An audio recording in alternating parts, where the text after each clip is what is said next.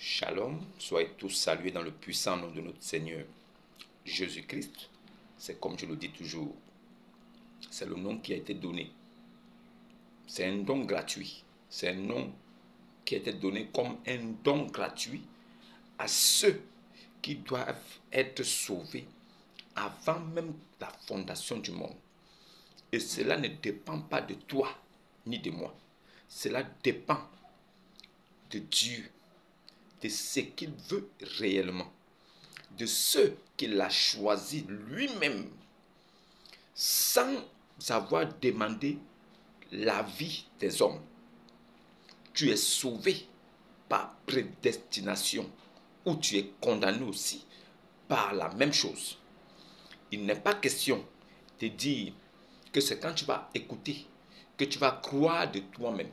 Non, il est écrit que c'est un don gratuit. Cela ne dépend pas de nous, mais c'est quelque chose que lui-même, il a décidé ainsi. Soit tu crois en ce que je dis, tu prends ton baptême et tu es sauvé. Tu obtiens un salut éternel, un salut que tu ne perdras jamais. Comme Israël, tu deviens Israël par adoption. Tu deviens fils d'Abraham par la foi. Tu n'hérites pas des rites, tu n'hérites pas des actes que Abraham a posés. Tu n'hérites pas des choses que Abraham a fait, mais tu hérites de la foi d'Abraham qui était ami à Dieu. Tu hérites de la foi, la même foi, et tu deviens descendant d'Abraham. Parce que l'alliance de Dieu commençait par Abraham, Isaac et Jacob. Alors, celui qui a cru à la parole de Dieu, qui a cru à l'évangile du Seigneur Jésus-Christ, lui, il devient enfant d'Israël. Il devient fils d'Abraham par la foi, par les œuvres de la foi, par ce que sa foi a produit, pas par ce qu'il a fait comme acte. Donc, sur cette petite base, nous comprenons que nous sommes aussi co-héritiers avec Christ. Nous héritons du royaume céleste sans payer quelque chose. Nous avons obtenu un salut gratuit sans avoir payé quelque chose. Nous sommes sauvés sans avoir payé quelque chose et nous sommes justifiés par la parole de Christ que nous avons entendue et nous avons mis foi. C'est quand tu entends la parole de Christ et que tu mets foi, c'est en ce moment que tu es justifié et que tu es sanctifié.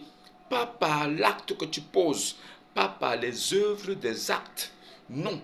Pas par les prières, non. Pas par les sacrifices ou les holocaustes, non. Pas par avoir payé la dîme, non. Tu es sanctifié et justifié par l'évangile. C'est l'évangile qui te justifie, qui te sanctifie et tu deviens pur. Et c'est en restant dans la droiture de cet évangile que tu es véritablement enfant de Dieu. Si tu dévies, tu restes enfant de Dieu, mais qui a dévié, alors il y aura un châtiment que Dieu a prévu pour toi. Mais il ne te ôtera jamais son salut. Tu ne perdras jamais le salut. Tu seras enfant de Dieu jusqu'à la fin du monde. Mais si tu dévies, alors l'Éternel te châtiera et il fera tout pour que ce corps physique que tu as connaisse la mort, afin que ton âme soit récupérée par lui. Mais ton âme ne connaîtra jamais la mort, parce que le salut que tu as reçu, c'est un salut qui t'a donné la vie éternelle. Tu ne la perdras jamais. Et ce salut-là, tu ne le perdras jamais. Pourquoi? Parce que personne ne te ravira de la main de Christ, ni de son Père qui est Dieu, dont vous ne connaissez pas le nom. Mais nous là, véritables chrétiens, nous connaissons le nom de Dieu. Et nous savons que le Fils a révélé le nom de son Père aux hommes. Alors, si vous voulez connaître le nom du Père, vous devez d'abord aller voir qui est le Fils et chercher à savoir quel est son nom? Parce que aucun enfant n'est différent de son père, car tout enfant porte le nom de son père. Pour savoir que toi, tu es mon fils, tu portes mon nom. C'est à travers cela qu'on sait que tu es mon fils. Alors, si Jésus porte le nom de Jésus-Christ et qu'il est le Fils unique de Dieu, alors nous devons comprendre par là que le nom de Dieu là, c'est Jésus-Christ. C'est pourquoi Jésus, il a reçu le nom le plus excellent que celui des anges. Il a un nom dont la prononciation crée du tourment, crée des éclairs, crée un ébranlement de tout l'univers. Le nom de Jésus est le nom qui déchaîne et qui casse tout ce qui peut se trouver sur son passage. Le nom de Jésus est le nom le plus glorieux et le plus élevé du monde. À ce nom, tous les genoux fléchissent. Il n'y a pas un nom qui est au-dessus de celui de Jésus. Jésus est le nom parfait de Dieu. C'est ce nom-là que Dieu a voulu que ses enfants sachent. Mais il a aussi voulu que certains ne le comprennent pas et que certains ne l'entendent pas de cette façon. Pourquoi? Parce que son but, ayant créé la terre, il a créé le paradis. Il a aussi créé l'enfer. Pourquoi? Parce que ce n'est pas tout le monde qui doit aller au paradis. L'enfer a été créé aussi pour les hommes. Certains hommes doivent y aller. C'est pourquoi Jésus parlait en parabole pour les gens qui sont dehors. Mais pour ceux qui sont dedans, il leur expliquait tout pour qu'ils comprennent et pour qu'ils soient sauvés. Maintenant, ceux qui prennent l'évangile à la lettre, qui lisent de façon coranique, qui ne comprennent pas que la révélation est cachée sous les versets et que le livre de Dieu, qui est les 66 livres révélés, ce livre-là contient la parole de Dieu et la révélation de cette parole en dedans. Si tu lis les versets de façon littéraire et que tu ne comprenais pas, c'est pas grave. Si Dieu veut que tu comprennes, alors il mettra quelqu'un pour que tu puisses comprendre. Et tu verras que la compréhension de ces choses sera très aisée et facile pour toi. Et tu vas remarquer aussi que près de toi, il y aura des personnes qui auront du mal à avaler seulement un seul de ces versets.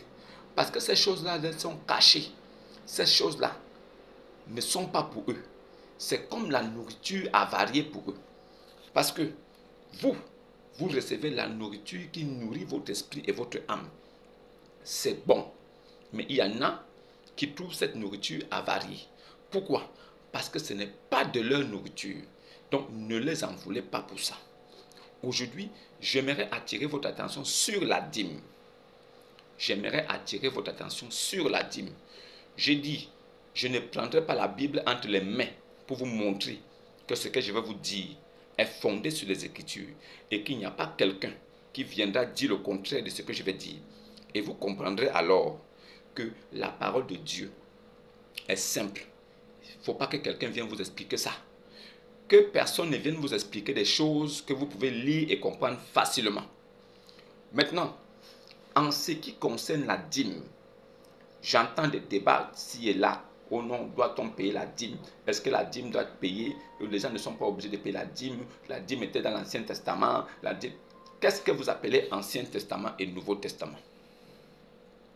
Qu'est-ce que vous appelez Ancien Testament et Nouveau Testament? Moi, ici, je vous parle de la Bible, des 66 livres révélés. Je ne vous parlerai pas de l'Ancien Testament, du Nouveau Testament. L'Ancien Testament, c'est l'Évangile. L'Évangile commence à partir de l'Ancien Testament. La préfiguration des choses à venir. L'Évangile de Jésus-Christ, Évangile 2, c'est la naissance de Jésus jusqu'à son ministère. Tout ce qu'il a enseigné, ça là, c'est l'Évangile. Maintenant, du début des enseignements de Jésus jusqu'à sa crucifixion, c'est l'Évangile de Jésus-Christ. C'est l'Évangile qui sauve. C'est l'Évangile de la grâce et de la vérité. Ce que Jésus-Christ a dit de son vivant, est l'évangile de la grâce et de la vérité. Jésus-Christ est né. Il est né sous l'évangile première partie, qui concernait la loi et c'est un rite que devaient observer les enfants d'Israël. Jésus étant né, toutes ces coutumes se sont pratiquées sur lui. Il a laissé faire parce qu'il était né comme un enfant. Il est né comme un homme parfait. Il a suivi le processus normal de la croissance d'un homme parfait. Il n'a pas dévié. Il est resté homme, comme un homme. Il n'a pas dédaigné à dire non, je suis Dieu, non. Il est resté comme un homme. Alors, il a suivi le processus. Maintenant, à partir des enseignements de Jésus, jusqu'à sa crucifixion, jusqu'à ce qu'il est monté avec les nuées au ciel, ça c'est l'évangile de la grâce et de la vérité. C'est cet évangile-là qui sauve l'âme. C'est cet évangile-là qui sauve l'âme et l'esprit. Maintenant, la loi de Moïse qui avait été donnée, avec l'alliance avec Abraham, que Dieu fit avec Abraham, tout ça était l'héritage des enfants d'Israël jusqu'à la venue du Messie, jusqu'à la venue de Jean-Baptiste qui devait venir annoncer l'arrivée de l'Éternel. Alors Jean-Baptiste est venu aplanir le chemin de l'Éternel, car il était comme le metteur en scène, celui qui devait annoncer l'Éternel. Ayant fini ce travail, alors l'Éternel est apparu et il est rentré dans le monde. Les hommes ont connu que l'enfant charpentier, fils de Joseph, c'est lui qui était donc l'Éternel, qui était déjà venu et qui était parmi les hommes, mais les hommes ne l'ont même pas connu. Alors il a grandi là, il ne savait pas que l'Éternel était là. Il est devenu mature là. C'est là où ils ont commencé à comprendre qu'il y a un homme qui fait des prodiges au nom de l'Éternel. Et les prodiges qu'il faisait, il le faisait au nom de son Père, au nom de mon Père. Il était le premier donc à appeler Dieu mon Père. Mon Père a dit mon Père. Donc tout le monde a donc compris que l'Éternel qui devait s'envoyer là était venu. Alors certains juifs scandalisés, certains pharisiens, eux ne pouvaient pas accepter cela, sachant bien que quand on dit fils de Dieu, cela signifie que l'esprit éternel de Dieu immortel dans un corps d'homme. Alors Jésus s'est réclamé d'être cette personne-là. Ce qui a scandalisé une partie des Juifs qui crurent et une partie des Juifs qui ne crurent même pas et qui cherchaient donc à le faire mourir. Alors Jésus, étant mature, prêt à exercer le ministère et à faire comprendre que l'Éternel était là, alors il a accompli tous les signes prodigieux et tous les prodiges que l'Éternel devait accomplir pour montrer à son peuple qu'il était vraiment là. L'Éternel a montré des preuves irréfutables qu'il était là. Et en même temps, les hommes ont su que Dieu s'est déplacé. Dieu qui est le sujet d'adoration des hommes. Dieu qui est la divinité qu'aucun homme n'a jamais vue. Dieu qui s'est toujours manifesté par des signes, par un feu dévorant, par l'ange de l'Éternel, par par le Fils, par un homme parfait. Parce que l'ange de l'Éternel, quand il vient sous la forme d'un homme parfait. Alors si Dieu vient sous la forme d'un ange qui a la forme d'un homme parfait, le même Dieu aussi, il peut venir sous la forme d'un homme qui a la forme d'un homme parfait.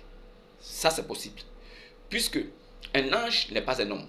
Mais si un ange vient sous la forme d'un homme parfait et qu'il est appelé l'ange de l'Éternel, c'est Dieu lui-même sous une forme d'homme angélique. Donc, Dieu peut venir sous la forme d'homme angélique, comme il peut venir aussi sous la forme d'homme parfait. Et donc, nous considérons que Jésus est venu sous la forme d'un homme parfait. L'Éternel s'est envoyé lui-même et il est venu sous la forme d'un homme parfait. Maintenant,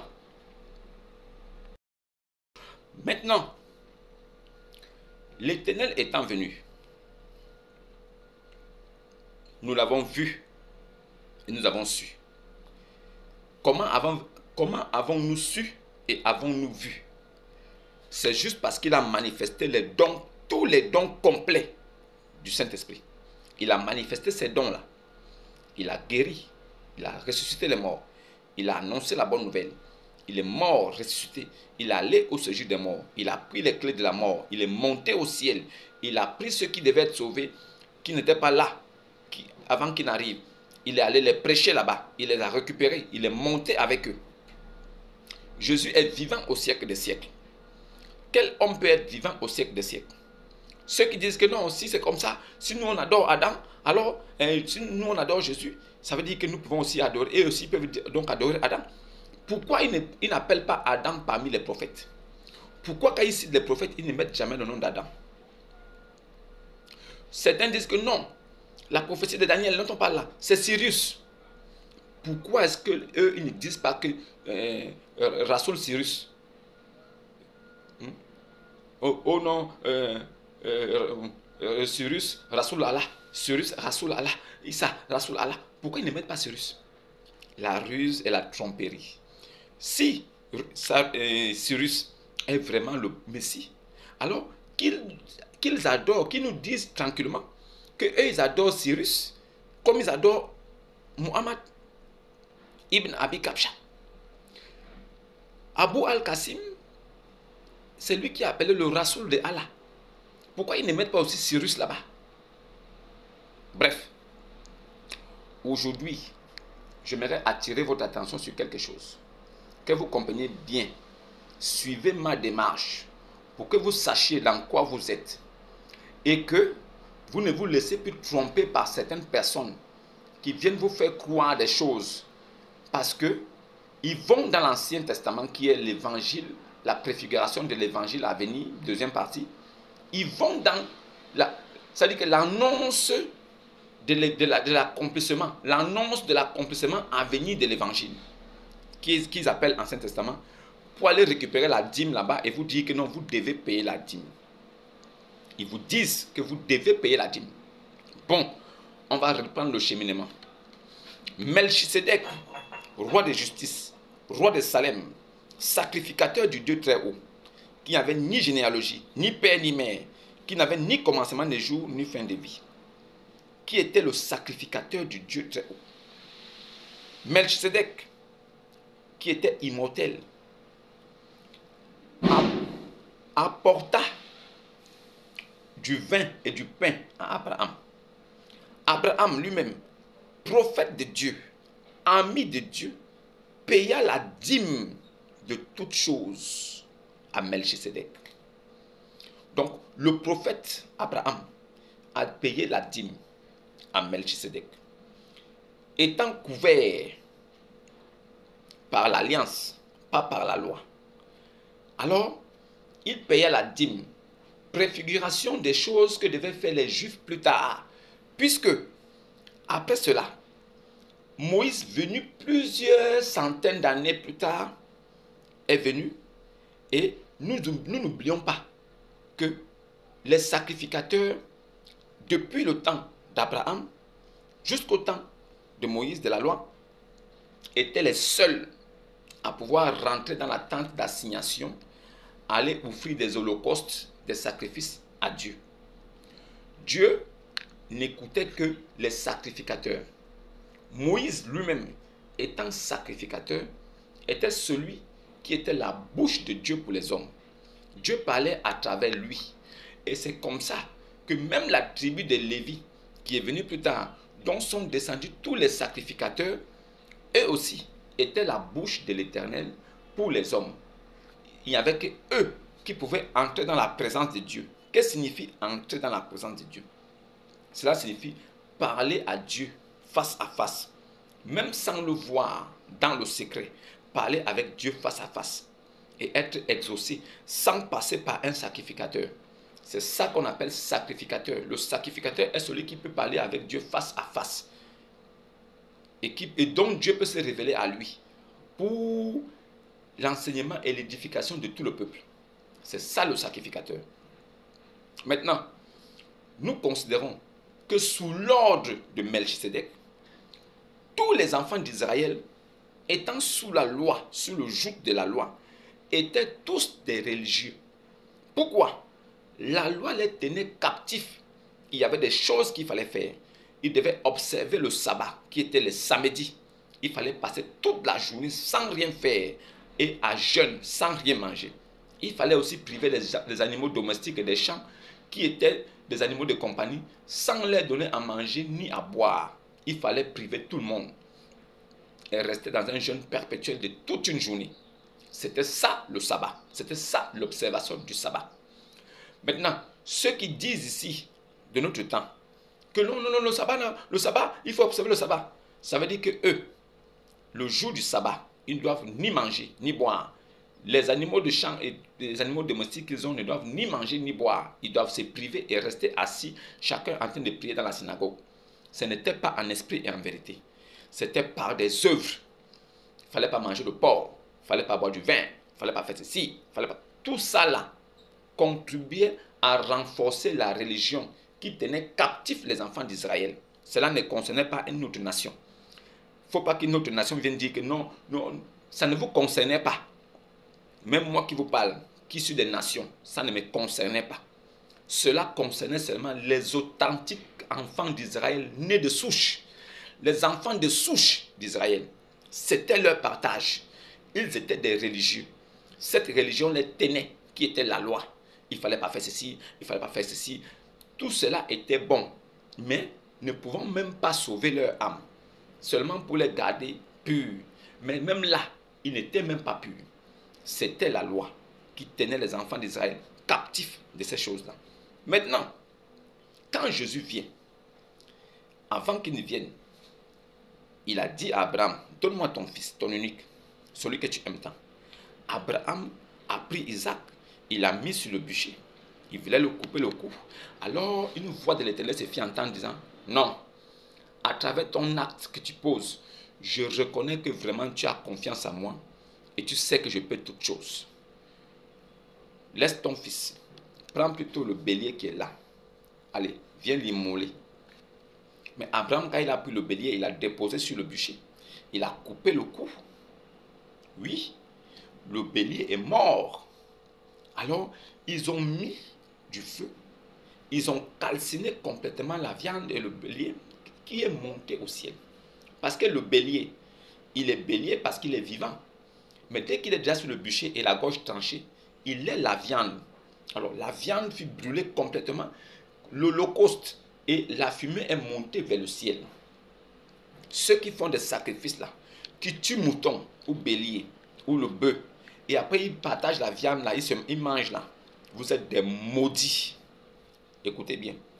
Ceux qui tuent des moutons partout là, vous là, qui tuez des moutons ou béliers, ou bien des chèvres ou quoi que ce soit, en guise de sacrifice pour un certain Dieu, et vous partagez la chair et vous mangez, vous êtes des maudits. Quand vous tuez une bête pour donner en sacrifice, on appelle ça holocauste. Ça là, vous devez calciner ça complètement. Vous devez calciner la viande, la chair de cette viande complètement, pour que la fumée monte au ciel vers Dieu. Alors, c'est ce qui s'est passé au temps de la sacrificature. C'est ce qui s'est passé au temps de la tribu de Lévi. C'est ce qui s'est passé quand il y avait encore des sacrificateurs. C'est ce qui s'est passé. Maintenant, Jésus, lui, il rentre dans la scène. Il est sacrificateur. Il est fils de Dieu. Il est le berger. Il est le sacrifice. Il est le bûcher. Il est tout. Alors, il vient pour mettre fin à toutes ces pratiques qui tenaient les juifs religieux dans une religion. Alors, lui vient mettre fin. Il dit, l'heure arrive. Et elle est déjà venue. Où les hommes, les vrais adorateurs, les vrais enfants de Dieu, adoreront le Père en esprit et en vérité. Donc, en esprit et en vérité, ce ne sont pas les œuvres physiques visibles, c'est dans le cœur. La confession de foi est maintenant intérieure, dans le temple de l'Esprit Saint. Dans le corps, c'est l'âme et l'esprit qui sont concernés. Adorer le Père en esprit et en vérité veut dire que ça veut dire surmonter toutes les œuvres, dépasser tout ce que les hommes peuvent faire comme des pratiques, des choses à faire pour être pieux, des façons de se tenir, la façon de croiser les bras, la façon de regarder. Toutes ces choses doivent être dépassées. Parce que quand on te regarde physiquement, on ne peut même pas savoir si toi là, tu es chrétien ou pas. Ce n'est pas à l'aspect physique que l'on saura maintenant si tu es chrétien ou pas. C'est par rapport à ce qui sortira de ta bouche et par rapport à ta tenue devant les hommes que les hommes diront, lui là, il est vraiment un enfant de Dieu. Il faut que ça vienne des gens Il faut que les gens disent que toi là, tu es vraiment un enfant de Dieu. Par le comportement, par la façon de faire les choses, pas par les actes, pas par les boubous blancs. C'est mettre des bois avec les boubous blancs. Oui, j'ai le boubou blanc, moi, je suis plus. Ou bien avec le gros chapelet à la main. On sait un peu les visages. Oui, il faut que les gens voient qu'ils sont en train de réciter quelque chose. Tout ça, pour rien. C'est pas ça qui sauve. Ce n'est pas parce que tu récites des choses avec un gros chapelet que tu es enfant de Dieu. Être enfant de Dieu là, c'est pas tout le monde. Voilà pourquoi je vous plains. C'est pour ça aussi que je ne suis même pas compliqué. C'est pour ça aussi que je ne suis même pas dépassé de voir vos réactions. Je suis tellement content parce que je sais que ce que vous faites là, mon père avait déjà prévu ça. Mon père avait déjà prédit cela. Tout ce que vous manifestez là est la volonté de Dieu. Qu'est-ce qui va m'étonner? Rien ne m'étonne. Attrapez vos chapelets. Prenez votre petit tapis. Montez dessus. Lavez l'anus. Lavez le visage. Alors, faites comme ça. Oui. Pendant que tu fais ça, ton frère catholique est de l'autre côté. Je vous salue Marie, pleine de grâce, Seigneur est avec vous. Vous êtes bénie entre toutes les femmes. Sainte Marie, notre Père qui est que ton nom soit sanctifié. Non, mettez les mains comme ça. Notre Père qui est que ton nom soit vous salue Marie, pleine de grâce. Le Père t'a dit quoi? On doit faire combien? 10 fois je vous salue Marie et 5 fois notre Père, non? Oui. Notre Père qui est que ton nom. Vous êtes des égarés. Vous êtes des ténébreux, des maudits. Celui qui suit ma vidéo et qui continue à faire ça, que Dieu te maudisse. Et je vous dis même qu'il y a des gens qui sont, c'est-à-dire on les a mis dans ça. Rosière, Sainte Marie, Mère de Dieu, avec notre Père. Après avoir fait ça, un malheur les a frappés. Bam! Ils n'ont pas compris que ce n'est que de la supercherie, des bêtises. Tant que ta tête est rentrée dedans, qu'ils ont réussi à te prendre avec les émotions, tu es un esclave. Et tu crois que c'est la vérité. On te donne une brochure que tu dois lire. Quelque chose que toi-même tu souffres, un tourment interne. C'est dans la brochure que tu dois faire cette prière. Quelque chose que toi-même tu ressens au fond de toi. On te remet une brochure. Celui qui te remet la brochure là, est-ce qu'il est rentré dans ton cœur pour aller noter toutes les préoccupations que tu as là-bas? Il te remet une prière que les gens font tous les jours. Que eux-mêmes ils font tous les jours. Qui ne concerne même pas leurs mots. Qui ne concerne même pas la douleur qu'ils ont. Ils veulent se confier à Dieu. Mais il faut qu'ils disent des choses qu'un autre homme a dit. Qui vous a dit ça? Qui vous a dit que pour parler à Dieu là, il faut aller prendre les paroles de quelqu'un d'autre? Qui vous a dit ça? Qui vous a dit? Même à l'époque de la loi, où il y avait des sacrificateurs, les sacrificateurs écoutaient bien les préoccupations des gens. Ils rentraient dans le temps d'assignation pour aller exposer ça à Dieu. Voilà ce que lui dit, voilà ce qu'il veut, Seigneur voit. C'est même pas qu'il partait dire avec ces mots. Non, non, non, bon, ils sont venus, ils ont déposé des holocaustes et des sacrifices. Bon, maintenant, moi, ils te demandent, fais seulement ce que tu peux faire pour eux. Ce n'était pas comme ça. Il écoutait attentivement celui qui venait pour faire un sacrifice. Et après, il allait maintenant de remettre ça entre les mains de Dieu. Pour que Dieu puisse l'exaucer. Comme Dieu passait par des sacrificateurs, et il était là pour exaucer ce que les sacrificateurs disaient, pour que ceux-ci ne soient pas trouvés de menteurs et de trompeurs devant le peuple. Alors Dieu, il veillait à faire des choses que les sacrificateurs demandaient pour que ceux-ci soient toujours couverts et respectés du peuple. C'était ça. Maintenant, vous qu'on soumet dans des... il faut faire rosière, il faut faire je te salue Marie. Après tu dois faire notre Père qui est aux cieux. Après tu dois attraper le chapelet pour faire comme ça. Et après tu dois verser l'eau bénite dans la maison. Après tu dois prendre une salle bénite. Tu dois mettre... Tout ça, c'est des pratiques de féticheurs. Toi qui as chapelet, tu es un féticheur. Toi qui utilises salle bénite, tu es un féticheur. Toi qui utilises eau bénite, tu es un féticheur. Apporte-moi le verset coranique ou biblique qui montre qu'un enfant de Dieu authentique peut utiliser eau bénite, sel bénite, chapelet. Apportez-moi ça. Ça n'existe pas. Ils nous ont trompés depuis longtemps. Aujourd'hui, l'Esprit de Dieu est là pour vous apporter la lumière. À vous d'accepter ou pas. Cela ne dépend pas de vous aussi, mais de Dieu. C'est lui-même qui décide. Si tu as oublié là, mon frère, il faut pleurer. Ça n'engage que toi. Alors, la vérité que vous devez savoir aujourd'hui, c'est que Jésus étant venu, Il a pris la place du sacrificateur qui rentrait dans le temple d'assignation. Il a pris la place de l'holocauste qui était donné. Alors, Jésus, qui est Dieu, l'Éternel, en rentrant dans le monde là, au nom de Jésus, il n'a voulu ni holocauste ni sacrifice. Il n'est pas venu pour dire que non, venez tuer encore des bœufs, venez encore faire donner des dons, venez. Sabbat là, arrêtez-moi tout ça. Lui-même, Jésus s'est réclamé d'être le maître du sabbat. Il a dit que est-ce que les amis du marié, de l'époux, peuvent-ils jeûner pendant que l'époux lui-même il est venu? Les amis de l'époux vont jeûner quand l'époux ne sera plus là. Quand l'époux partira, ils vont jeûner derrière. Mais pendant qu'il est là, ils ne peuvent pas jeûner. Jésus était venu. Et sa venue, il a foulé le sabbat aux pieds pour leur dire que c'est moi-même qui suis le maître du sabbat. Et cette pratique-là doit s'arrêter aujourd'hui. Parce que je suis là. Et je serai là pour l'éternité. Ce n'est pas pour dire que non, il est venu, après son ministère, quand il va partir, les ténèbres vont revenir. Non. Jésus est venu. Il est mort sur la croix. Il a tout accompli. Il est monté au ciel. Et il est resté vivant. Pour que son œuvre soit aussi vivante. Tant que lui est vivant, ce qu'il a accompli vit avec nous. C'est pourquoi ce n'est plus nous qui vivons quand nous avons accepté Christ. Mais c'est Christ qui vit en nous. À partir de cet instant-là, nous sommes des petits Christ. Nous sommes nous-mêmes le sacrifice. Nous sommes nous-mêmes le sacrificateur. Nous sommes nous-mêmes l'holocauste. Nous sommes nous-mêmes le sacrifice. Nous sommes toutes ces choses.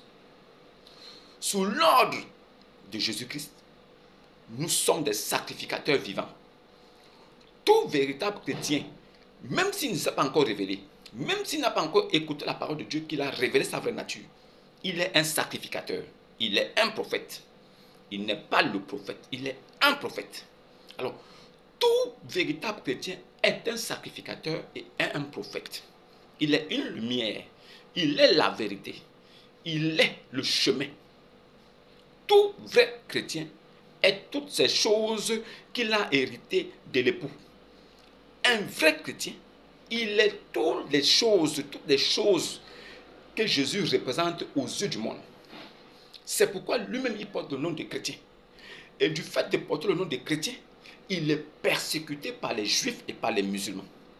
Simplement parce qu'il porte le nom de chrétien. Alors, il y a beaucoup de dangers autour de lui.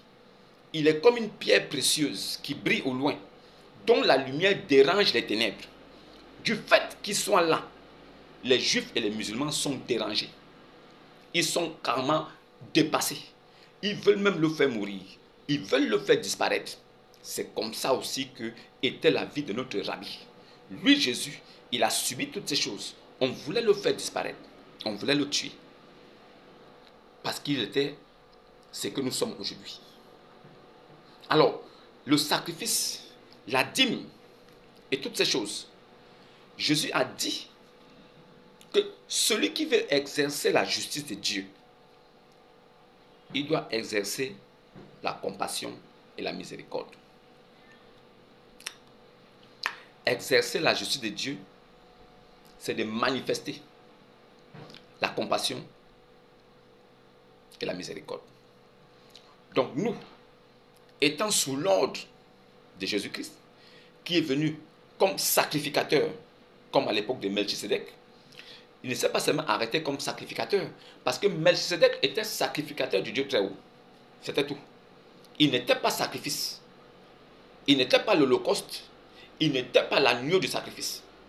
Il n'était que sacrificateur. Mais Jésus lui vient. Il revêt le costume de Melchisédek, sacrificateur du Dieu très haut. En même temps, il est le sacrifice. En même temps, il est l'holocauste. C'est pourquoi, en sa mort, il est rené en nous.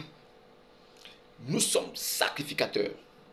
Étant sacrificateurs, nous pouvons comprendre que la dîme et payer des offrandes pour nous racheter est possible. Mais étant aussi sacrifice en même temps, nous savons que c'est nous-mêmes qui sommes le sacrifice. Nous-mêmes, nous sommes le sacrificateur. Et nous-mêmes là, nous avons une seule chose à donner à Dieu. La foi. C'est la foi qui nous sauve. C'est en la foi que nous sommes sauvés. Quand nous mettons foi en ce que nous avons entendu sans avoir vu, c'est en ce temps-là que nous sommes sauvés, justifiés, sanctifiés. Nous obtenons donc ce salut-là éternel qui ne dépendra pas de la dîme que nous devons donner à quelqu'un, qui ne dépendra pas des sacrifices que nous devons donner à quelqu'un. Mais nous devons exercer la compassion et la miséricorde. Étant nous-mêmes des dieux, nous devons être à l'exemple de celui qui nous a rachetés. Il exerçait la compassion et la miséricorde en tout lieu et en tout temps. C'est ce que nous devons observer aussi. Nous devons être capables de venir en aide à la veuve éplorée, à l'orphelin, à l'étranger en difficulté. Nous devons être capables d'honorer cela. Nous devons être capables de venir en aide à la veuve, à l'orphelin et à l'étranger en difficulté. Je dis bien, c'est ça là qui est pratiquer la justice de Dieu. Si vous voulez pratiquer la justice de Jésus-Christ, parce que vous êtes enfant de Jésus-Christ, parce que vous êtes nouvelle naissance, vous êtes sémence de Dieu, parce que vous êtes co-héritier avec Christ, vous devez manifester ces signes et ces dons-là. Compassion, miséricorde. Compassion, miséricorde. Faites du bien du mieux que vous pouvez aux gens qui sont autour de vous, quand vous pouvez. Sans vous contraindre vous-même, sans vous mettre en difficulté vous-même. Oui, oui. Oui, oui. Sans vous mettre vous-même en difficulté. Donnez à la veuve, donnez à l'orphelin, donnez à l'étranger en difficulté. Arrêtez de prendre votre argent, aller déposer des dîmes. Arrêtez ça. Si vous êtes capable de prendre votre argent, aller déposer à un autre sacrificateur comme dîme, lui aussi doit être capable de prendre cet argent, venir aussi vous donner à vous comme sacrificateur. Est-ce que vous m'écoutez? Si vous êtes sacrificateur et que vous prenez votre dîme et vous vous privez, comme dans la loi, vous venez déposer chez votre sacrificateur, lui aussi, il doit être capable de prendre ça, aller aussi faire autant aux autres. Nous devons nous donner autant on se donne. Ça veut dire que je donne, il me donne, et on donne là-bas. Nous devons faire le bien autour de nous. Ce n'est pas une seule partie qui doit venir déposer. Non. C'est pourquoi je vous dis ici. Moi, je vous le dis, et c'est mon avis. Ce n'est pas écrit. Quand vous avez de l'argent et que vous voulez donner de la dîme à un homme de Dieu, comme vous dites, qui est debout, qui est vigoureux, qui est plein de vie, qui doit travailler, qui refuse de travailler, qui s'assoit et qui se plaît seulement à prendre votre argent, votre dîme, il est déjà habitué à ne rien faire et à manger et à dormir. Et il compte sur cet argent-là pour s'épanouir. Divisez cet argent en trois. Divisez ça en trois. Prenez un tiers. Venez lui remettre ça. Et, tiens ça, homme de Dieu. Comme tu dois aussi vivre de la parole, et comme c'est à travers cette parole-là que nous sommes enrichis, tiens ceci. Mais je vais donner aux plus nécessiteux encore que toi. Les autres 2 tiers là, je vais aller donner ça aux orphelinats, aux veuves, aux gens qui en ont vraiment besoin. Toi, qui es comme celui qui nous éclaire, parce que nous sommes tous frères aujourd'hui. Nous sommes tous frères et sœurs. Il n'y a pas quelqu'un qui dépasse l'autre. Si j'ai reçu gratuitement ces révélations, je dois aussi vous donner gratuitement. Le but est de partager gratuitement ce que moi j'ai reçu gratuitement. C'est pourquoi je vous annonce cet évangile. C'est pourquoi je vous instruis, je vous enseigne ces choses. Mais en aucun cas, je ne dois réclamer de l'argent pour ça. Parce que n'oublions pas que ceux qui viennent de la part de Jésus sont serviteurs des brebis de Christ. Nous devons servir les brebis et non se servir. Nous devons nous préoccuper de l'état physique et psychique des personnes que nous prêchons. Nous devons être proches d'eux, écouter et voir comment leur apporter notre aide. Et voir aussi comment est-ce qu'ouvrir leur esprit pour qu'ils comprennent les Écritures comme nous comprenons. Nous devons être des lumières qui viennent éclairer leur petite lampe pour qu'eux aussi deviennent des lumières. Étant leur guide spirituel, nous devons leur guider, les montrer le chemin, les diriger. Maintenant, nous devons aussi être des exemples dans la société. Nous devons être des gens qui travaillent. Nous devons travailler. Nous devons entreprendre. Nous devons être actifs. Nous devons être capables de prendre soin de nous-mêmes sans avoir besoin d'aide de quelqu'un. Maintenant, si il vient à cœur aux fidèles de nous donner ce qu'ils peuvent, demandons-leur d'abord de résoudre d'abord tous les problèmes qu'ils ont. Et quand ils auront résolu tout ce qu'ils ont comme problème, le peu qui les restera, alors qu'ils viennent donner pour participer, pour permettre à l'homme de Dieu de pouvoir boire un jus avec, si possible, de pouvoir s'acheter quelque chose à manger. Parce que lui, il est là, au préalable, pour servir les brebis de Christ. Il n'est plus là pour se servir. Les sacrificateurs étaient là pour se servir. Ils prenaient, ils donnaient à Dieu. Ils mangeaient. Et ils étaient couverts par l'Esprit de Dieu. Seul, Dieu habitait seulement dans les sacrificateurs. Et en ce temps-là, personne n'était église. Mais quand Jésus est venu, il a dit: Pierre, tu es Pierre, sur cette pierre. Il dit: Pierre, tu es Pierre. Sur la pierre que tu es, que tu représentes, sur ce fondement-là, je bâtirai mon église. C'est-à-dire que moi, l'Esprit éternel, je viendrai me disposer sur toi. Et il en sera de même pour tous ceux qui croiront en moi jusqu'à la fin des temps. Donc, maintenant, nous étant le temple du Saint-Esprit, étant l'église de Christ, étant l'épouse du Seigneur Jésus, nous sommes un tabernacle dans lequel l'Esprit Saint vient se déposer quand nous avons mis foi et nous avons pris notre baptême. C'est en prenant le baptême que nous recevons l'Esprit de Dieu sur nous. Et si tu as l'Esprit de Dieu sur toi, tu es un petit Jésus. Et si tu es un petit Jésus, tu payes la dîme à qui? Pourquoi tu es obligé de payer la dîme? Est-ce que tu es obligé d'observer le sabbat? Est-ce que tu dois fêter la Pentecôte? Tu es la Pentecôte. Tu es toi-même le sabbat. Tu es l'Esprit de Dieu dans un corps. Tu es toi, l'Esprit de Dieu sur toi. Ton corps là, ce n'est plus toi qui vis, mais c'est Dieu qui vit en toi. C'est Jésus qui vit en toi. Il est mort avec toi. Il est ressuscité avec toi. Tu es devenu un chrétien Christ. Chrétien Christ.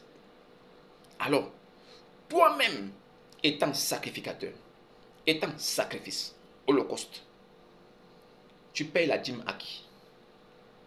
Te sens-tu obligé de payer la dîme à qui? À qui donc Jésus a payé la dîme? Vous ne comprenez pas? Nous ne sommes pas imitateurs d'Abraham. Jamais. Oubliez ça. Nous sommes fils d'Abraham par la foi qu'il avait à Dieu. Non, par la foi qu'il avait envers Dieu. Il avait la foi en Dieu. Il croyait en Dieu. Il était ami de Dieu par cette croyance-là. Nous héritons de cette même chose-là. Par la foi-là, nous héritons de cette même foi. C'est pourquoi les Écritures comparent notre foi à celle d'Abraham qu'il avait à Dieu. C'est-à-dire que l'Écriture compare notre foi à celle que Abraham avait à Dieu. C'est ce qui est là. Donc nous devenons fils d'Abraham par la foi là. Mais nous ne sommes pas tenus par les pratiques d'Abraham. Non. Nous sommes dans l'ère de la grâce et de la vérité. C'est en esprit et en vérité. Pourquoi?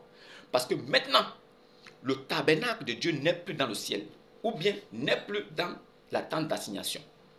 Le tabernacle de Dieu est en tout chrétien véritable qui a accepté Dieu. Nous sommes tous des tabernacles vivants. Nous sommes des églises ambulantes.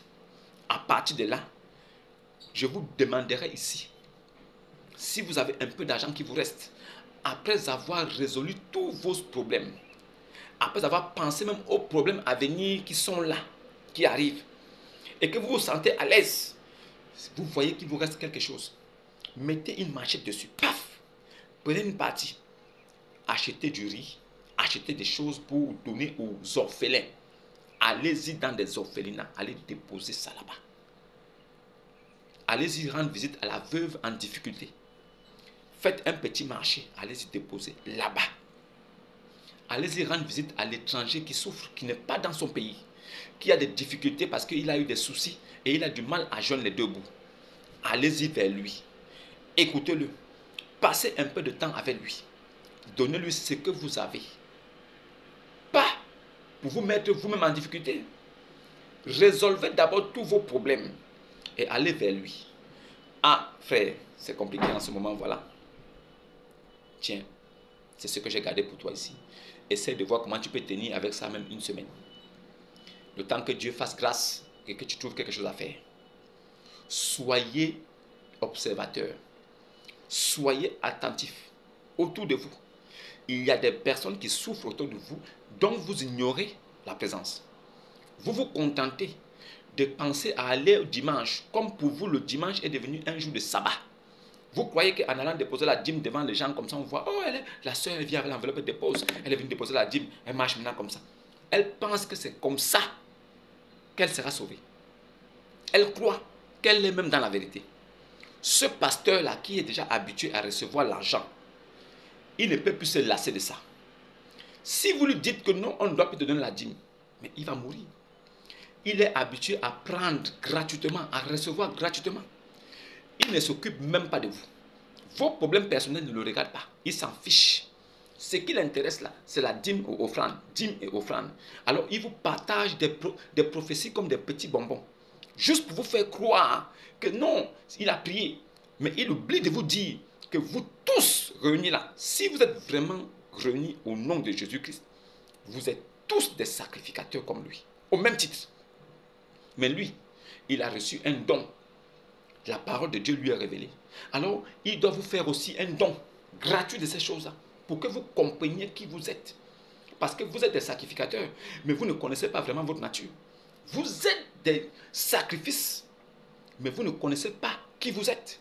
Lui doit vous aider à comprendre qui vous êtes. Pour que vous sachiez réellement ce que Dieu attend de vous et ce que vous représentez aux yeux de Dieu.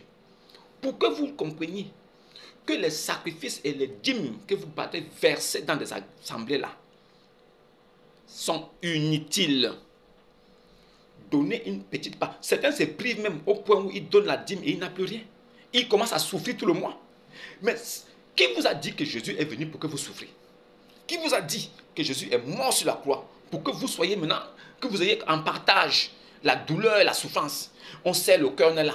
On vient déposer, on a mal parce qu'on n'a pas pu résoudre tel problème. Mais on est obligé de venir donner. Comme si c'était seulement lui qui pouvait parler à Dieu. Arrêtez ça. Il n'y a pas que votre pasteur ou votre homme de Dieu qui parle directement avec Dieu.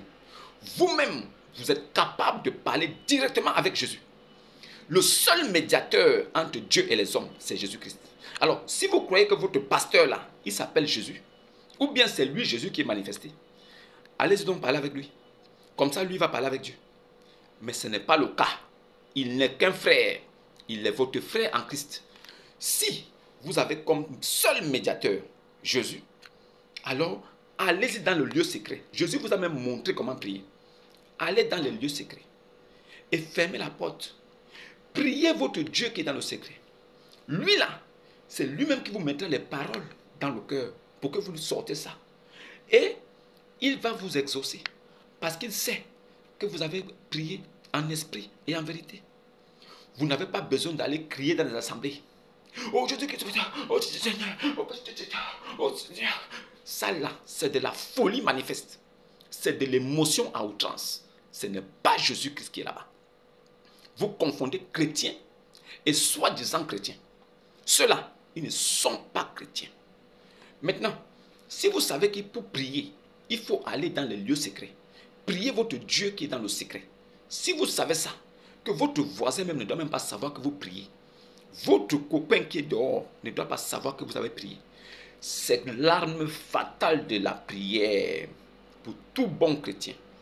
C'est comme quelqu'un qui cache, qui dissimule un couteau. Mais personne ne sait qu'il a ça sur lui. Vous vous baladez dans un supermarché. Vous avez une arme pour vous permettre de vous défendre en cas de danger. Tant que vous marchez dans la rue et que personne ne sait que vous avez une arme, ceux qui viendront vous attaquer seront surpris.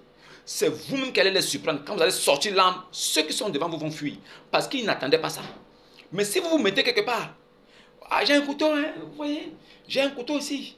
En tout cas, je sors la nuit là, j'ai un couteau. Ceux qui vont vous écouter là, ils sauront que vous avez un couteau. Alors, quand ils viendront vous attaquer, ils sauront comment venir. Parce qu'ils savent que tu as un couteau sur toi. Mais par contre, si c'est un secret, comme la prière que tu as fait en secret, donc personne ne connaît, à part Dieu, quand tu sortiras, ceux qui viendront vers toi, ils seront très surpris. Parce qu'ils n'attendaient pas ça. C'est comme ça que la prière doit être pour un véritable chrétien. Les assemblées là où vous criez la nuit, là, vous dérangez le voisinage, là. Certains mettent des gros boomers, les baffes, là. Ils braquent ça comme ça vers les gens. Ils indisposent le quartier. Les gens ne dorment pas parce qu'ils sont en fin de tapage. Les chantres sont en train de crier. Chacun pense que dans les cris et les émotions, il s'agit de Dieu. Dieu aime le calme et l'ordre. Notre Dieu n'est pas un Dieu de désordre et d'abomination. Notre Dieu n'inconforte pas les voisins.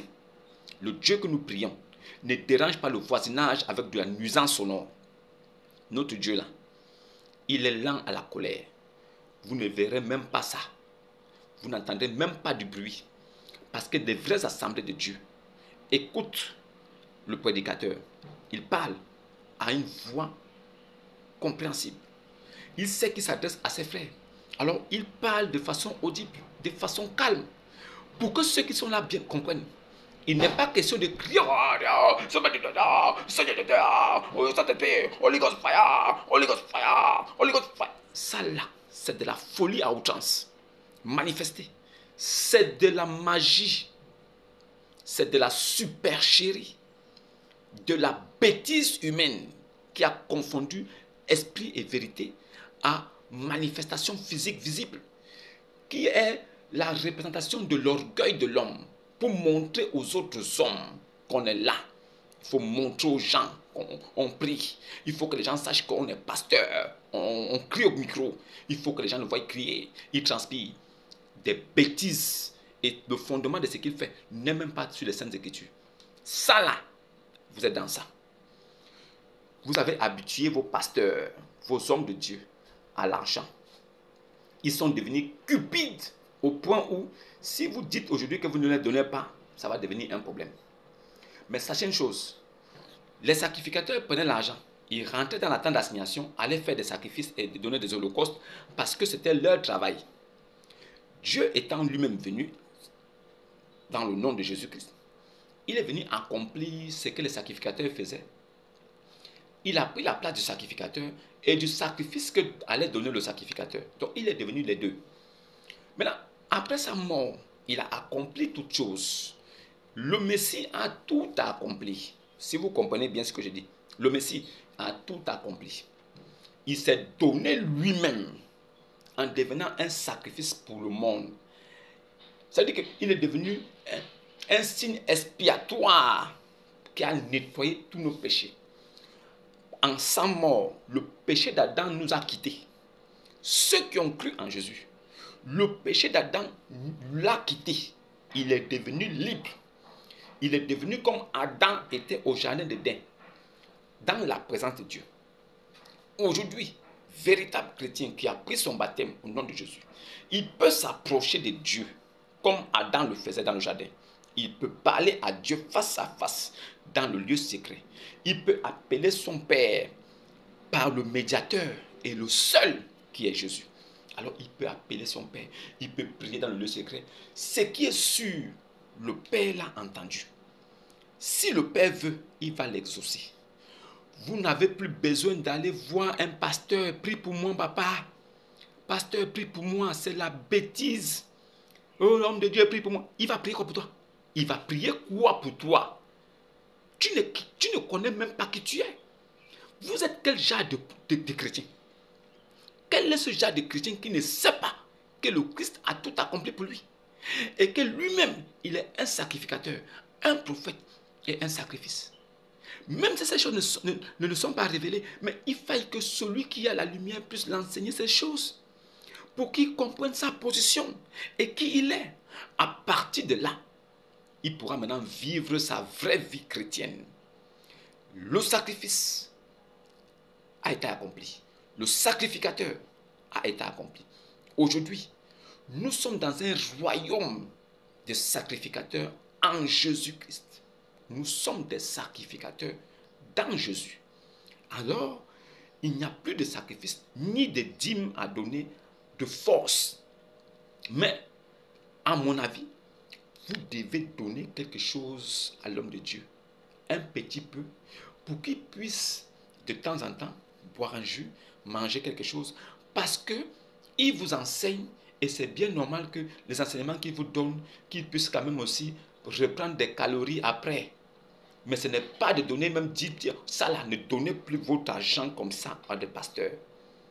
Je vous dis que d'aller donner, si vous avez peut-être 100 000 que vous donnez comme dîme, prenez 30 000, allez déposer ça au pasteur. Les 70 000 là, prenez ça, allez faire des courses. Allez-y déposer dans des orphelinats. Allez-y donner à la veuve. Allez-y donner à l'étranger en difficulté. Là, vous exercerez vraiment la justice de votre Dieu véritable qui est Jésus. Jésus lui-même nous a révélé la justice véritable de Dieu.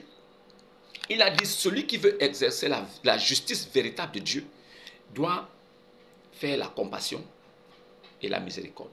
Il doit exercer la compassion et la miséricorde. Donc, faites des achats, allez donner aux orphelins. Faites des achats, allez donner à la veuve. Faites des achats, allez donner à l'étranger en difficulté. Dieu vous bénira pour ça. Ce n'est pas la peine de prendre votre téléphone et filmer ça. Ce n'est pas la peine de vous filmer avec les veuves. Oh, filmez. Je suis avec les veuves ici, tout ça. Je suis avec les orphelins, je suis venu donner quelque chose. Non, non. Faites ça dans la discrétion. Que personne ne filme.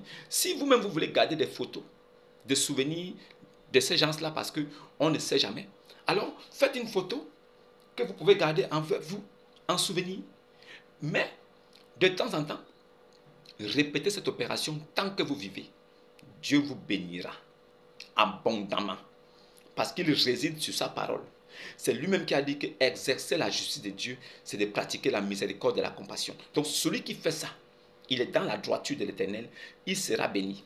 Maintenant, quand vous faites un tiers, vous donnez ça au pasteur aussi. Tiens, papa, essaie de voir comment tu peux boire un jus, manger quelque chose. Et merci beaucoup pour les enseignements que tu nous apportes. Parce que les enseignements là, il a reçu ça gratuitement. Il doit aussi donner gratuitement. Maintenant, vous devez grandir dans son église. Au point où vous devenez vous-même des lumières. Étant capable vous-même d'aller convaincre des gens. Étant capable vous-même d'aller parler de la bonne nouvelle à certains païens et qui disent que oui, c'est vrai ce que tu dis. Étant assez convaincant aussi. C'est ça. Ce n'est pas une affaire d'une personne. Nous sommes tous des sacrificateurs. Nous sommes tous dans le royaume de Christ. Et le royaume de Christ, ce n'est pas un royaume du peuple et d'un sacrificateur. Non. Le royaume de Christ, c'est des sacrificateurs ensemble, mais ayant certaines lumières vives pour éclairer certains autres pour que cela se révèle aussi. Donc, je ne vous dirai pas de ne pas donner aux hommes de Dieu ou de ne pas donner aux soi-disant pasteurs. Je vous dirai tout simplement, pensez plus à donner à la veuve, à l'orphelin et à l'étranger en difficulté. C'est beaucoup plus.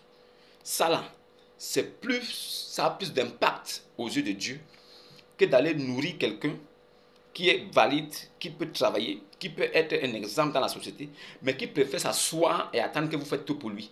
Parce qu'il dit qu'il vous enseigne quoi? Il vous enseigne même quoi? Qu'est-ce qu'il vous enseigne même? Des lourds ravisseurs qui sont dans des vestes de ministres de justice. Non, ce sont des menteurs. Si vous avez des pasteurs qui se contentent de prendre votre dîme et qui vous disent que c'est une obligation, c'est un menteur. C'est un menteur. Nous ne sommes plus dans cette...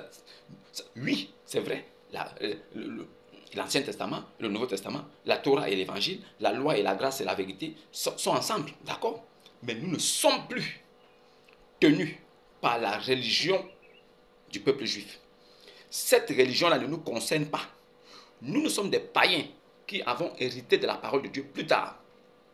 Nous là, nous ne sommes pas concernés par la loi qui tenait captifs les Juifs. Mais nous avons pris la loi comme un socle pour nous permettre d'avoir une bonne conduite, pour nous permettre de connaître les commandements et les principes que Dieu attend dans la vie courante, dans la vie. Mais en ce qui concerne notre âme et notre esprit, si tu donnes la dîme ou tu ne donnes pas, ton âme ne mourra pas. Quand tu es véritable enfant de Dieu, tu donnes la dîme ou tu ne donnes pas, tu es sauvé.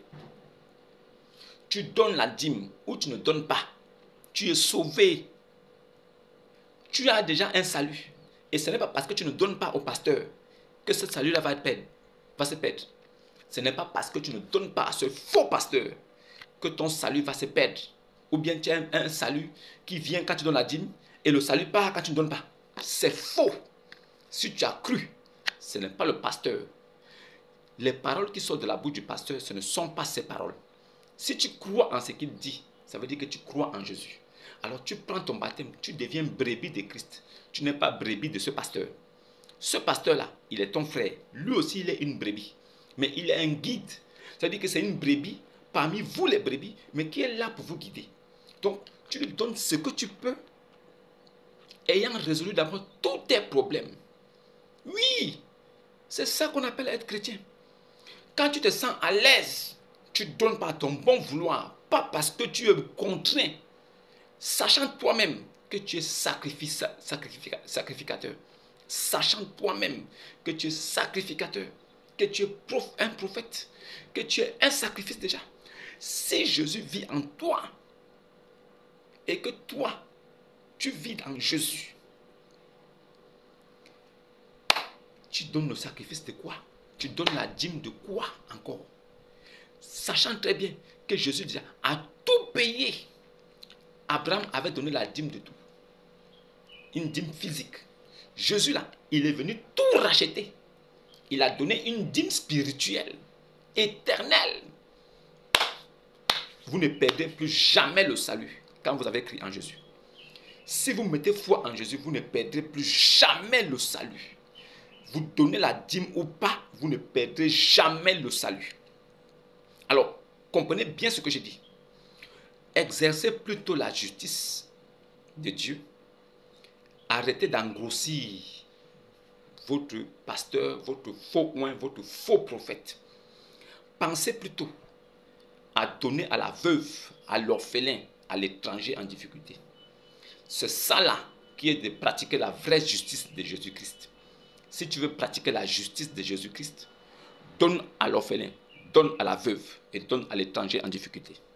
C'est ça là qui est vraiment bien vu par Jésus-Christ. Lui étant le seul médiateur entre Dieu et les hommes.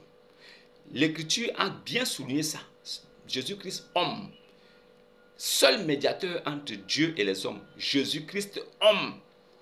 Ça veut dire que toi, véritable chrétien, qui as pris ton baptême, quand tu te tiens debout et que tu pries, tu sais que tu as un médiateur. La seule personne qui peut relayer ta prière jusqu'à Dieu, c'est Jésus-Christ homme. Alors, comme Jésus-Christ est vivant au siècle des siècles, donc tu peux parler en ton cœur, dans le secret. Lui, Jésus, qui est homme et esprit, il va écouter, il va prendre cette prière, il va relayer ça jusqu'au Père. Ce n'est pas que tu vas aller devant un homme pasteur, tu pries sur lui, tu pries, ou tu dis quelque chose au pasteur. C'est le pasteur maintenant qui prend et qui va aller prier à Dieu. Non, il n'est pas sacrificateur. Non, il n'est pas. Non. Il n'est pas à l'époque de la loi. Ou bien de la tribu de Lévi. On est à l'époque de la grâce et de la lumière. La vérité. On a un seul médiateur entre nous les hommes et Dieu. Si nous voulons prier là, nous évoquons Jésus et nous déposons notre prière entre les mains de Jésus. C'est Jésus qui amène ça au Père. On ne dépose pas notre prière entre les mains d'un homme et c'est lui qui prend pour aller déposer à Jésus et Jésus amène notre Père. Non. On n'a que Jésus entre nous et Dieu. Nous sommes revenus dans la présence de Dieu. Nous sommes comme Adam au début, dans la présence de Dieu. Nous pouvons parler avec Dieu directement, sans passer par un homme de Dieu. nous pouvons parler directement avec notre Dieu sans passer par un prophète. Nous sommes nous-mêmes des prophètes, des sacrificateurs. Nous-mêmes, nous sommes des sacrifices en Jésus. Et si vous reconnaissez que Jésus-Christ a tout accompli, alors, qu'est-ce qui vous dérange encore? Certains pasteurs qui disent que non, la dîme, ce n'est pas obligatoire. Ils sont déjà habitués avec ça. Ils ne veulent pas travailler. Ils ne veulent pas être des exemples dans la société. Ils veulent se camoufler derrière certaines écritures pour pouvoir se complaire et continuer à vous dépouiller. Ils prennent cet argent-là, ils se rendent riches, ils ont des belles voitures, ils font tout. Je n'ai pas besoin de ça. Je suis là pour vous apporter la vérité de Dieu.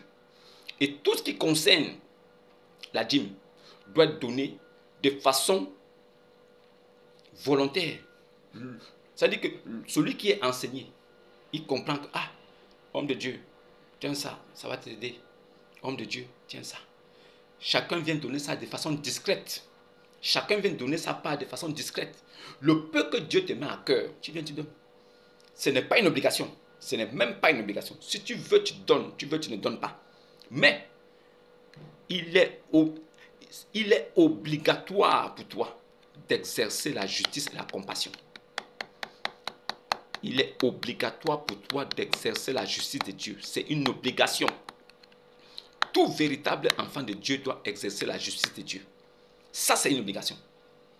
Tu dois donner à la veuve, à l'orphelin, à l'étranger. Ça, c'est une obligation. Tu dois exercer la justice de Dieu. Ça, c'est une obligation. Quant à la dîme, si tu as quelque chose à donner, prends un tiers, donne à ton pasteur. Les 2 tiers là, exerce la justice de Dieu avec ça. Donne à la veuve, à l'orphelin, à l'étranger. C'est mieux. Le peu que tu donneras au pasteur là, il va se débrouiller avec. De toutes les façons, il est là pour vous servir. Il n'est pas là pour que vous le serviez. Il est là pour vous servir. Alors, le peu que vous avez, donnez-lui. Mais avant même d'aller lui donner ça, pensez à la veuve, l'orphelin et à l'étranger. Avant d'aller lui donner le petit peu là, pensez d'abord à ceux qui sont les plus nécessiteux. C'est à eux qu'il faut penser d'abord. Lui là, il est assez gros comme ça.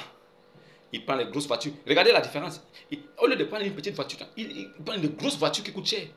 Pourquoi il veut rouler dans une grosse voiture qui coûte cher? Pourquoi lui veut rouler dans une grosse voiture qui coûte cher? Pendant ce temps, vous-même, vous avez du mal à vous rendre à l'église. Pourquoi ne peut-il pas prendre cet argent-là, prendre une voiture, belle voiture tranquille, et acheter un bus Quaster pour que ce bus-là puisse souvent vous prendre, faire même 2-3 tours pour vous récupérer, vous déposer à l'église. Bon, pas à l'église, vous déposez à l'assemblée. Là où vous devez vous réunir pour prier. Pas pour prier, pour être enseigné. Vous ne vous réunissez pas pour prier. Vous vous réunissez pour écouter la parole de Dieu et pour être enseigné. Maintenant, la prière là, c'est chacun quand il rentre chez lui qui va prier ce qu'il a là-bas, ce qu'il a en cœur là, il va prier là-bas. Maintenant, si il veut prier, il veut se faire aider par celui qui est comme le guide, alors ils vont se mettre dans un coin après la prêche, après l'éducation et l'enseignement. Alors, il peut prier avec son guide spirituel, mais toujours en secret. Toute prière doit se faire en secret. Toute prière doit se faire en secret. Oui, exercer la justice de Dieu. Compassion, miséricorde. Compassion, miséricorde.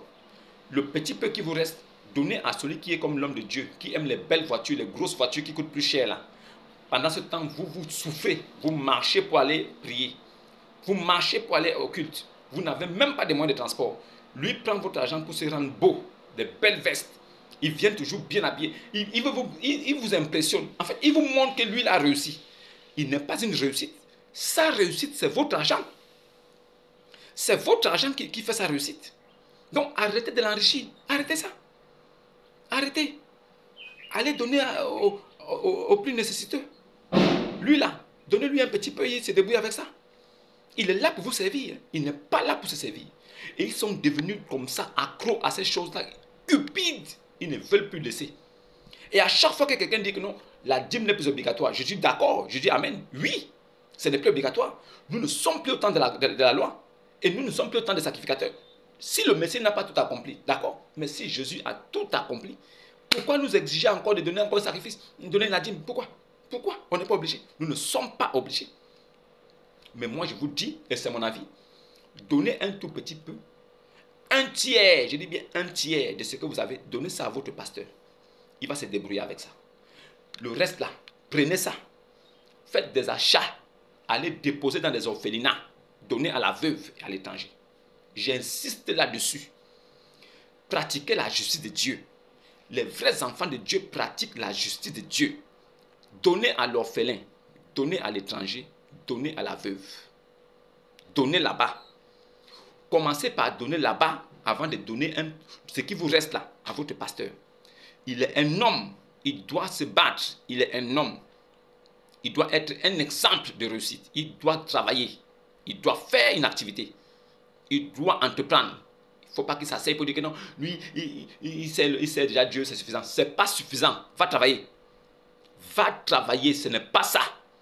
Tout le monde peut le faire. Et de toute façon, tu n'es pas le premier que l'Esprit de Dieu a touché. Tout le monde peut faire comme toi. Mais nous sommes au temps de la grâce. Toi-même, sois un exemple. Cherche à travailler. Cherche à entreprendre. Et il faut privilégier les orphelins, la veuve. Toi-même, homme de Dieu, tu encaisses tout l'argent. Tu ne vas jamais déposer quelque chose dans les orphelinats. Tu es là. Tu achètes tes belles voitures. Parce que c'est ce qui t'intéresse. Belle maison.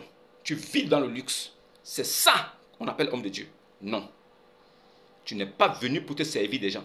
Tu es venu pour servir le peuple de Dieu. Alors, à bon entendeur, salut. Celui qui a compris ça, c'est bien. Celui qui n'a pas compris, ce n'est pas mon problème. Je t'ai dit la vérité aujourd'hui. Nous ne sommes plus dans la position du peuple qui partait voir le sacrificateur. Le sacrificateur lui-même, il est venu à nous. Il est mort, il s'est donné comme sacrifice. Donc, il a accompli les deux. Il était sacrificateur et sacrifice en même temps. Maintenant, il est mort. Si nous vivons maintenant, nous qui avons accepté Jésus, ce n'est plus nous qui vivons, mais c'est Jésus qui vit en nous. Maintenant, Jésus lui-même là, il a disposé son esprit en nous. Nous sommes le temple du Saint-Esprit. Est-ce qu'avant, les hommes étaient le temple du Saint-Esprit? Non. Mais, à l'époque de la grâce et de la vérité, les hommes sont devenus le temple du Saint-Esprit. Donc, le Saint-Esprit peut se déposer sur nous. Et le Saint-Esprit, c'est Dieu lui-même. Si Dieu lui-même, son esprit est déposé sur chaque chrétien, cela signifie que nous là, nous sommes déjà des petits Christ. Nous sommes enfants de Dieu. Et si nous sommes enfants de Dieu, nous devons donner la dîme à une personne, à Jésus-Christ. Nous devons donner la dîme au souverain sacrificateur, sacrifice qui est Jésus. C'est à Jésus que nous devons donner la dîme. Oui. Si nous devons payer la dîme là, c'est Jésus-Christ, homme, qui est le seul médiateur. Parce qu'au temps de la loi, il n'y avait qu'un seul médiateur entre les hommes et Dieu. C'était le sacrificateur. Mais Jésus est venu. Il est mort. Nous sommes devenus son temple. Son esprit habite en nous. Nous sommes son église qu'il a bâtie en nous. Maintenant, il est devenu quoi? Le souverain sacrificateur. Et nous sommes quoi? Les enfants de Dieu. Si nous sommes enfants de Dieu là, nous ne sommes plus soumis par un intermédiaire qui est un homme. Le seul intermédiaire que nous avons maintenant, c'est Jésus-Christ, homme. Alors, il est comme notre sacrificateur. Il est comme celui à qui nous devons donner la dîme. À partir de là, c'est à Jésus que nous devons donner la dîme. Et quelle est cette dîme-là? Prière. Exercer la justice de Dieu. La prière. Et exercer la justice de Dieu. La veuve, l'orphelin, l'étranger. C'est à eux qu'on doit donner ça. Si on le fait, on considère que c'est à lui-même qu'on donne. Le tout petit peu qui nous reste là, donnez ça à vos pasteurs là. Oui, donnez ça. Parce que sachez une chose, que vous donnez la dîme à ce faux type ou pas, votre âme est déjà sauvée. Et c'est une sentence irrévocable. Vous avez le salut éternel. Ce n'est pas parce que vous allez donner la dîme ou bien que vous n'allez pas donner. Dîme ou pas, vous avez le salut et c'est fini. Vous êtes sauvés. Mais, pour obtenir des récompenses, donnez à la veuve, donnez à l'orphelin, donnez à l'étranger. Faites ça, exercez la miséricorde de Dieu et cela sera une bonne chose. exercer la miséricorde, exercer la justice de Dieu, exercer la justice de Dieu, pratiquer la miséricorde, la compassion, miséricorde et compassion. Maintenant, ces choses-là seront mieux vues par Dieu que d'aller donner à un faux type qui est déjà habitué à ça. Il est devenu cupide au point où quand vous ne donnez pas, il boude. Alors que vous n'êtes même pas obligé de donner. Vous n'êtes plus tenu par ces choses-là. Vous avez Jésus en vous. Vous êtes le temple du Saint-Esprit. Et le seul médiateur entre vous et Dieu, c'est Jésus-Christ homme. Alors allez donner votre dîme à Jésus. Donnez votre dîme à Jésus. Si c'est obligatoire, c'est à Jésus qu'il faut donner. Et si le pasteur, il dit qu'il a Jésus en lui, parce qu'il vous enseigne, dites-lui aussi que vous aussi, vous avez Jésus en vous, même si vous n'êtes pas éclairé. Vous avez aussi Jésus en vous. De la même façon que lui, il a Jésus, c'est la même façon que toi aussi, tu as Jésus. Maintenant, si toi, tu as Jésus, lui, il a Jésus. Comme c'est lui qui t'enseigne, donne-lui quand même quelque chose. C'est tout. Mais ne donne pas comme avant. Va donner plutôt aux hommes qui en ont besoin. Je pense que je me suis fait bien entendre là-dessus. Je me suis bien fait comprendre là-dessus. Et je ne reviendrai pas là-dessus. Pour que vous sachiez que c'est vous-même qui avez habitué ces cupides-là à la dîme. Et aujourd'hui, ça devient difficile pour eux de s'en lasser. Ils ne veulent pas. Mais vous devez commencer à mettre un frein là-dessus. Vous divisez un tiers, vous le donnez. L'autre partie, vous faites des achats. Vous allez déposer dans les partout là-bas. Donnez aux orphelins. C'est mieux. Lui-même, quand il va parler, il dit non, on était visiter un orphelinat, on allait déposer ça là-bas. S'il boude, c'est que c'est un maudit qui est là. Il n'est que là pour l'argent. Normalement, quand vous allez lui dire que nous sommes allés déposer à l'orphelinat, ou bien nous sommes allés donner à la veuve, il doit dire Amen, que Dieu soit glorifié. Il doit dire Amen. Parce que c'est la meilleure chose qu'un chrétien doit faire. S'il boude, c'est un tontignard, c'est un Libanais noir, c'est un entrepreneur, c'est un chef d'entreprise. Vous êtes juste là pour travailler pour lui. Il n'est pas là pour vos âmes. Il s'en fout de ça. Il fait semblant de vous enseigner, mais lui, ce qu'il veut, c'est l'argent.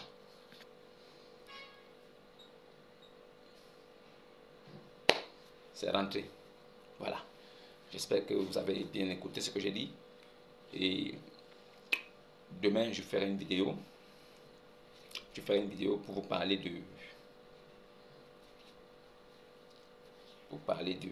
de Jésus-Christ encore.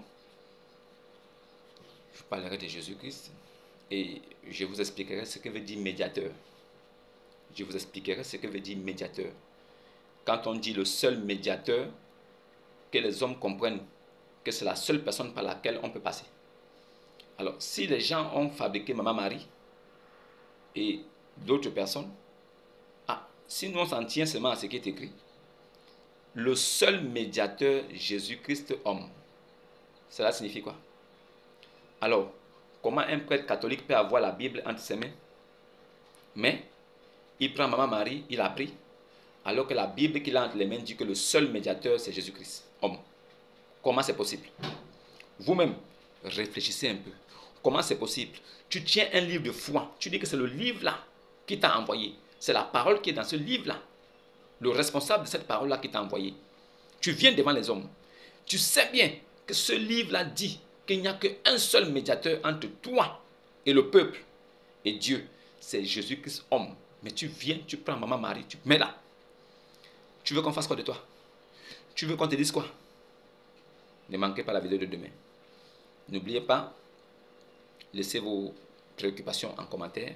Je vous répondrai selon la venue de votre question. Et en même temps aussi, dites-moi les choses sur lesquelles vous voulez que je vous enseigne. Je le ferai. Que ce soit les choses physiques, que ce soit les choses spirituelles. Mon esprit est assez disposé pour pouvoir apporter satisfaction à qui de droit. Ceux qui sont déjà baptisés, qui écoutent mes vidéos, shalom, restez dans la parole. Ne déviez pas. Allez toujours vérifier si ce qu'on vous dit est vrai. Ne dites pas seulement Amen parce que le gars a dit Amen. Non. Soyez sûr que quand vous dites Amen, ce qu'il a dit est fondé sur les Saintes Écritures. Dans le cas contraire, ne dites même pas Amen. Restez juste tranquille. Parce qu'il est mieux de ne rien dire que de participer à l'œuvre du mal en acceptant des bêtises sortant de la bouche d'un pasteur parce qu'il pense qu'il a la main mise sur vous. Il dit donnez-moi un Amen et vous dites aussi Amen. Ça là, c'est du banditisme spirituel. Celui qui dit donnez-moi un Amen, c'est celui qui se substitue à Dieu. Quand tu dis donne-moi un amen, ça veut dire que le amen est seulement pour Jésus. Et si tu dis donne-moi, ça veut dire que c'est à toi qu'on t'a donné ça. Maudit. Que Dieu te maudisse, toi qui dis donne-moi un amen. Alors, portez-vous bien. Sur ce, shalom.